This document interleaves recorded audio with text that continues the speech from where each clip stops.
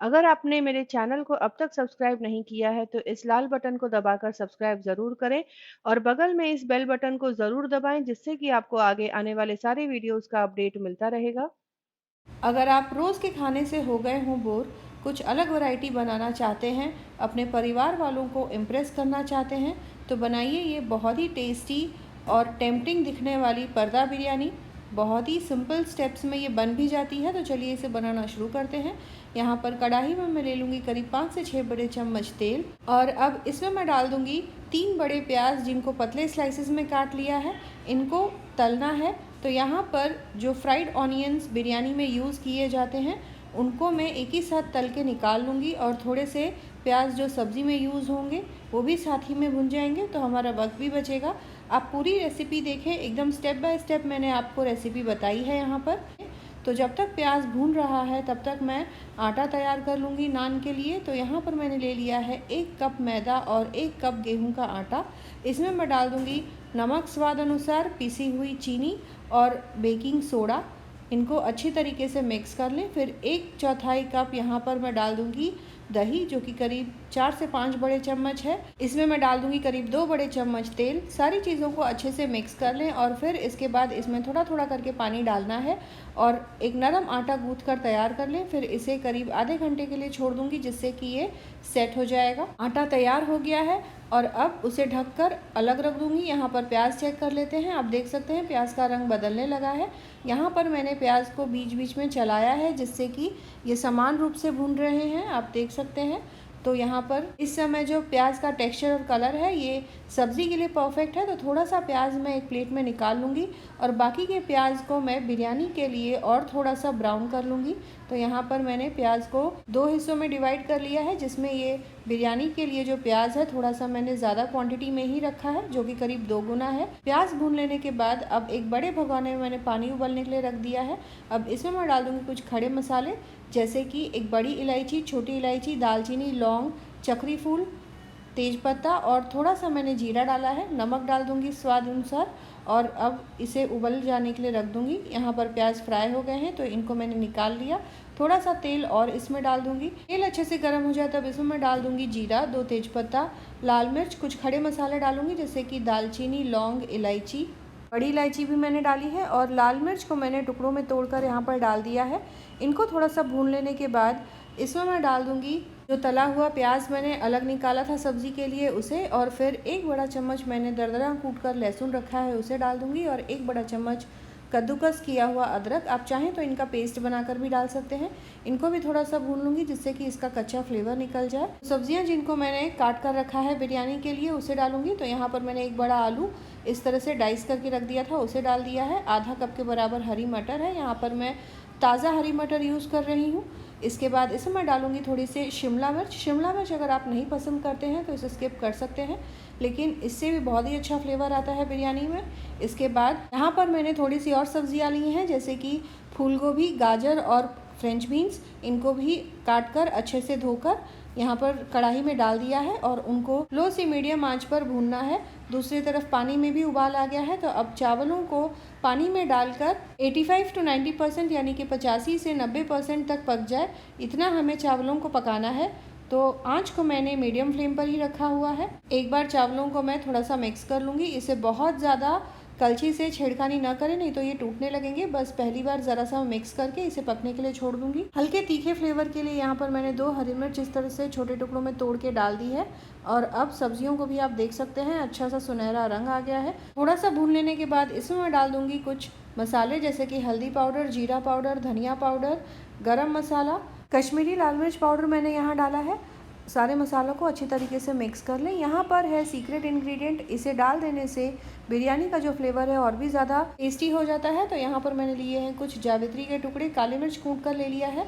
यहाँ पर मैंने दगड़ फूल लिया है और 1/4 छोटा चम्मच मैंने जायफल का पाउडर ले लिया है। सारे मसालों को डालकर अच्छे से मैं मिक्स कर लूँगी। एक टिप ज़रूर देना चाहूँगी, ये जो कुछ मसाले मैंने आखिर में डाले हैं ये बहुत ही तेज़ होते हैं, तो सीमित मात्रा में ही डालें। बहुत ज़्यादा मसाले अगर हो गए तो सब्ज़ी का जो फ्लेवर है वो ख़राब हो जाएगा। यहाँ पर मैंने नमक डालकर अच्छे से मिक्स कर लिया है। यहाँ पर अब आखिर में मैंने ले लिया है एक बड़ा टमाटर, जिसे इस तरह से बड़े टुकड़ों में काटा है।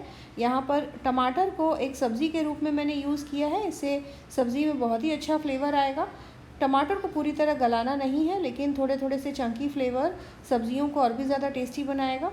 तो यहाँ पर अब ढक कर इसे पकने के लिए छोड़ दूँगी। ये देखिए सब्ज़ी अब हमारी लगभग पक चुकी है। सब्जियों को थोड़ा सा ठंडा कर लूँगी, आँच को बंद कर दें। करीब 2 मिनट ठंडा कर लेने के बाद अब इसमें मैं डाल दूँगी आधा कप के बराबर दही। अच्छी तरीके से दही को मिक्स कर लेने के बाद अब 2 मिनट के लिए तेज़ आंच पर सब्जियों को पकाऊंगी, जिससे कि दही का जो पानी है वो सूख जाए। बहुत ज़्यादा हमें इसे अब ओवर कुक नहीं करना है। पकाते समय यहाँ पर मैंने 2 बड़े चम्मच बिरयानी मसाला लिया है, उसे डाल दूँगी। बिरयानी मसाला मार्केट में आसानी से मिल जाता है। बिरयानी मसाले की रेसिपी मैंने अपने चैनल पर डाली है, आप चाहें तो उसे भी देख सकते हैं। घर पर बना सकते हैं बिरयानी मसाला, नहीं तो आप बाज़ार से लाकर भी यूज़ कर सकते हैं। तो मसाले को डालकर अच्छे से मिक्स करके करीब 2 मिनट के लिए और भून लूँगी। आखिर में बारीक कटे हुए हरे धनिए और पुदीने से गार्निश करके अच्छे तरीके से मिक्स कर लें। सब्ज़ी यहाँ पर पक के तैयार है। चावलों को एक बार चेक कर लेते हैं। ये देखिए यहाँ पर चावल भी लगभग तैयार है। थोड़ा सा इसमें कच्चापन है, तो हमें इतना ही पकाना है। अब चावलों को मैं छान कर पानी अलग कर लूँगी। चावलों को आप देख सकते हैं एकदम खिले खिले बने हैं। तो चावलों में से आप चाहें तो खड़े मसाले निकाल सकते हैं। काफ़ी लोगों को खड़े मसाले इस तरह से पसंद नहीं आते हैं। बिरयानी बनाने के आखिरी स्टेप से पहले यहाँ पर मैंने थोड़ा सा बटर पिघलाया है एक तड़का पैन में, उसमें डाल दिया है कूटा हुआ लहसुन करीब 2 बड़े चम्मच, और अब इसमें मैं डाल दूँगी 1 छोटा चम्मच कलौंजी के बीज। इनको पकाना नहीं है, बस पिघले हुए बटर में अच्छी तरीके से मिक्स कर लें। अब दूसरी तरफ आटा चेक कर लेते हैं। आटा हमारा तैयार है। तो अब इनको 2 हिस्सों में बांटना है। एक हिस्सा जो है दूसरे हिस्से से करीब मैं 2 गुना रखूँगी और इनको डस्ट करके बेलना शुरू करें। तो जितनी बड़ी आपकी कढ़ाई हो उस हिसाब से आप आटे को डिवाइड करके उन्हें बेलें, और इतना बड़ा होना चाहिए रोटी जो कि पूरी कढ़ाई को कवर कर ले। तो यहाँ पर जो नान हम तैयार कर रहे हैं एकदम उसी इंग्रेडिएंट्स के साथ तैयार कर रहे हैं जिसे आप खा सकें। तो यहाँ पर नान को बहुत ज़्यादा पतला नहीं रखना है, बहुत ज़्यादा मोटा भी नहीं रखना है, बस चपाती से ज़रा सा बड़ा मैं रखूँगी इसे। और यहाँ पर नान को बेल लेने के बाद एक कढ़ाई मैंने ली है।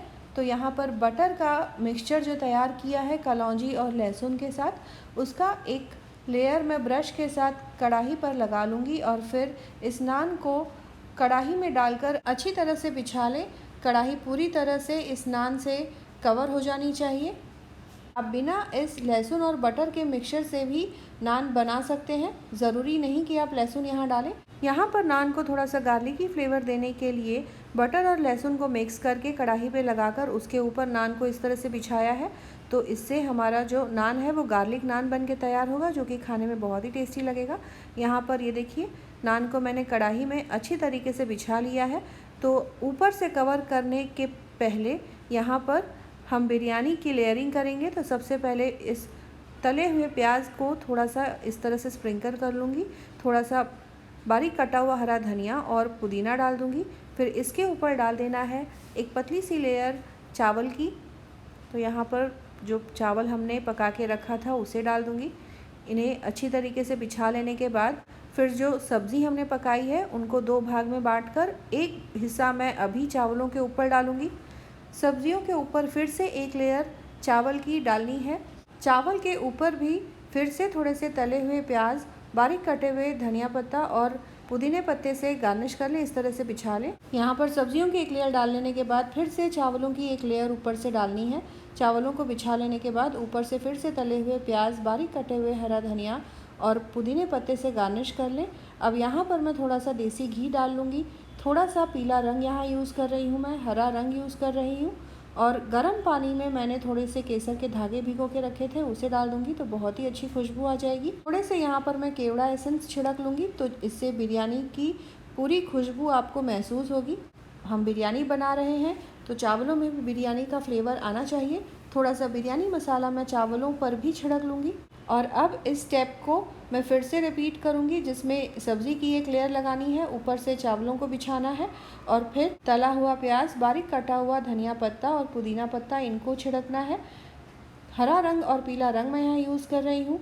देसी घी छिड़क लूँगी, बिरयानी मसाला छिड़क लूँगी और केवड़ा एसेंस। तो इससे हमारी जो लेयरिंग है वो पूरी हो जाएगी। और अब जो मैंने थोड़ा सा आटा बचा कर रखा था उसे बेलना शुरू करना है। और ऊपर हमारा जो कढ़ाई का साइज़ है उतना बड़ा आप नान तैयार कर लें और फिर इसे अच्छी तरीके से ऊपर से कवर कर लेना है।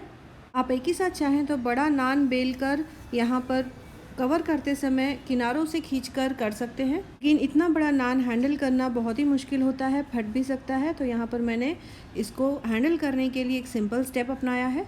तो यहाँ पर नान को ऊपर से भी अच्छी तरीके से बिछाकर किनारों से सील कर लें। इसके बाद किनारों से जो आटा रह जाए उसे आप खींचकर फोल्ड कर लें।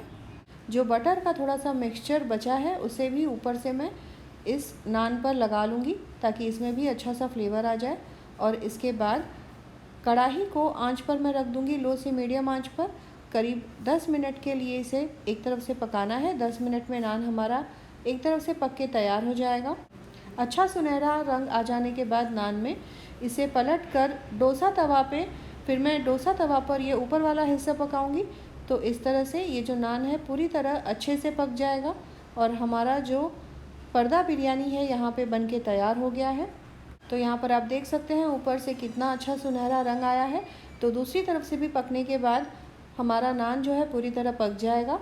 और अब सर्व करते समय एक कट लगाकर मैं आपको दिखाती हूँ कि अंदर से हमारी जो बिरयानी है पूरी तरह पक गई है, अच्छे से तैयार हो गई है। और इसका जो रंग है बहुत ही टेम्पटिंग है। इसमें बहुत ही अच्छी सी खुशबू आ रही है क्योंकि हमने लहसुन और थोड़े से कलौंजी के बीज डाले हैं ऊपर से। तो यहाँ पर अब इनको कट लगाकर थोड़े से नान के साथ बिरयानी को सर्व करें। सर्व करते समय पतले स्लाइसेस में काटकर आप प्याज और टमाटर भी सर्व कर सकते हैं। दही का रायता भी बनाकर सर्व कर सकते हैं।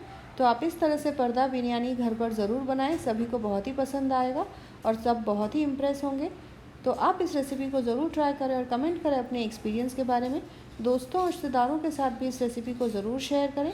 मिलते हैं अगले एपिसोड में इसी तरह से एक और नई टेस्टी रेसिपी के साथ। Thanks for watching.